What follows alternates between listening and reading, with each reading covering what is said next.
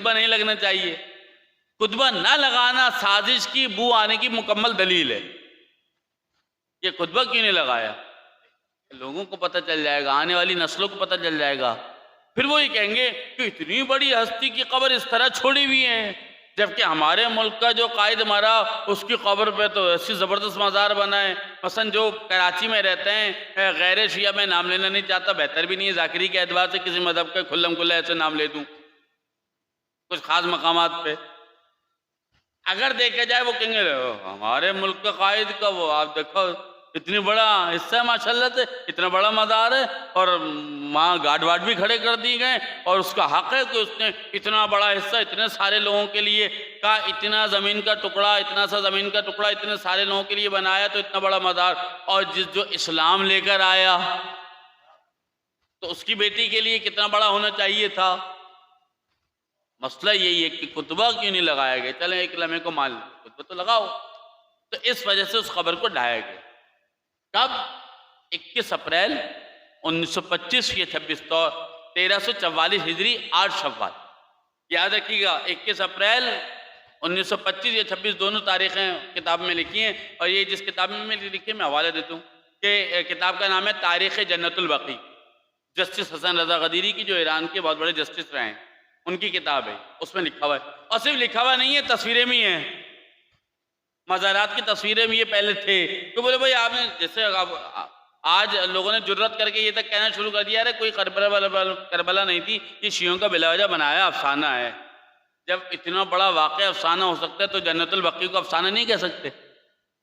کہہ رہے کچھ نہیں تھا، یہ تو بلا وجہ کر رہے ہیں، شروع سے ہم نے دیکھا ایسی قبریں تھیں، تم تو پیدا ہی نہیں ہوئے تھے جب یہ قبریں بنی تھیں.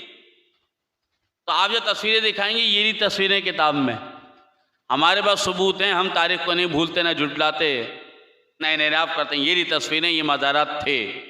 اس کے بعد اس تاریخ کو اس کے کہنے پر، اس روایت کی بنیاد پر اس مفتی نے فتویٰ دیا تھا اور ڈھائے گئے تھے.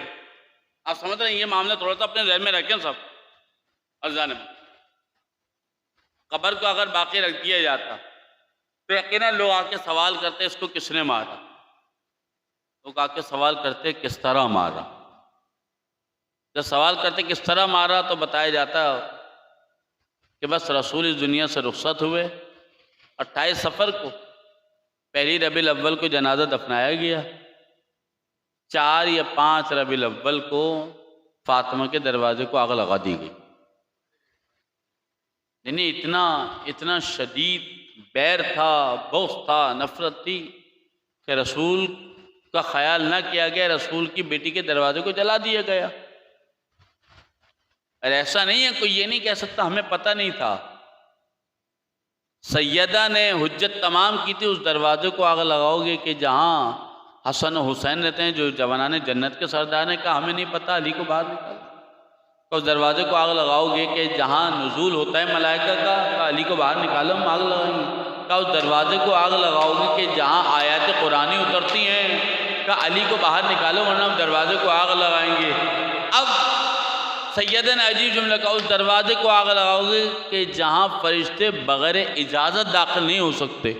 فرشتے بغیر اجازت اس دروازے کو آگ لگاؤ گے کہ حجت تمام کی ہے کہ کتاب پر ایمان رکھنا واجب، فرشتوں پر ایمان رکھنا واجب. قرآن میں آیت موجود ہے، میں اپنے باتیں خطابت کی اس میں نہیں کہہ رہا ہوں، روش میں باقاعدہ لکھا ہوا ہے قرآن میں یؤمنون باللہ یؤمنون باللہ والرسول والملائکہ، لکھا ہوا ہے ملائکہ پہ ایمان رکھنا واجب. تو شہزادی یہ کہہ رہی ہیں اس دروازے پہ ملائکہ نازل ہوتے ہیں، اور نازل ہی نہیں ہوتے بلکہ جب تک میں اجازت نہیں دے دوں وہ داخل نہیں ہو سکتے. کیوں کر نہیں ہو سکتے؟ رسول خدا کا سر تھا، فاطمہ کا زانو تھا. دروازے پہ دستک ہوئی، فاطمہ نے کہا کون؟ کہا رسول سے ملنا چاہتا ہوں. کہا بابا آرام کریں، چلا گیا. پھر کچھ دیر بعد آیا، پھر دستک ہوئی، پھر فاطمہ نے کہا کون؟ کہا رسول سے ملاقات کرنی. کا بابا ابھی بھی آرام کریں، کچھ دیر بعد آنا.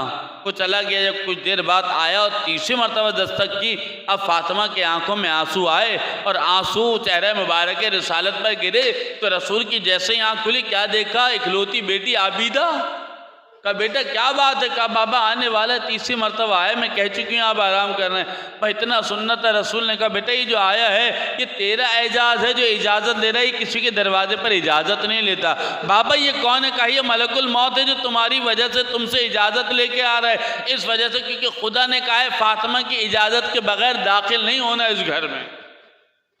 عزاداران مظلوم کربلا یہی دروازہ تھا جو توڑا گیا، جلایا گیا، گرایا گیا، اور اس کے ذریعے فاطمہ کی پسلیاں توڑی گئیں۔ اور پھر وہ موقع بھی آیا کہ علی نے فاطمہ کو غسل و کفن دیا، رات کی تاریکی میں جنازہ اٹھایا، صحابیوں سے کہا آہستہ آہستہ چلنا، عزاداران مظلوم کربلا آہستہ آہستہ چلنا۔ عزاداروں علی فاطمہ کا جنازہ لے کر چلے۔ اب جب فاطمہ کی قبر قریب آئی، علی روتے ہوئے جا رہے تھے، فاطمہ کی قبر قریب آئی، علی نے جنازہ فاطمہ کو رکھا، اور رکھنا تھا کہ ایک مرتبہ کبھی قبر کو دیکھا ہے، کبھی فاطمہ کے جنازے کو دیکھا۔ علی کی غربت کا عجیب عالم تھا۔ اب علی یہ سوچ رہے ہیں کہ میں جنازے کو قبر میں اتاروں کس طرح؟ حسن و حسین اتنے بڑے نہیں ہیں کہ یہ جنازہ دے سکیں، بھئی اتنا سوچنا تھا۔ روایات میں علماء بیان کرتے ہیں کہ یہ بات ملتی ہے، قبر سے 2 ہاتھ برآمد ہوئے، آواز آئی علی لاؤ میری امانت مجھے واپس کر دو، علی لاؤ میری امانت مجھے واپس کر دو۔ ایک مرتبہ علی نے فاطمہ کے جنازے کو سے اٹھایا نہیں، اٹھانے کے بعد اپنے ہونٹ فاطمہ کے کانوں کی طرف لے کر آئے، ایک جملہ کا فاطمہ اپنے بابا سے علی کی غربت کی شکایت نہ کر دینا۔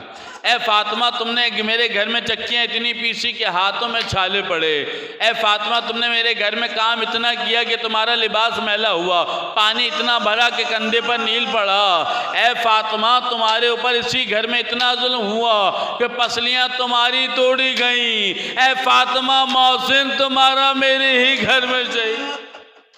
اللہ ولعنۃ اللہ علی القوم الظالمین وسيعلم الذين ظلموا أي منقلب ينقلبون۔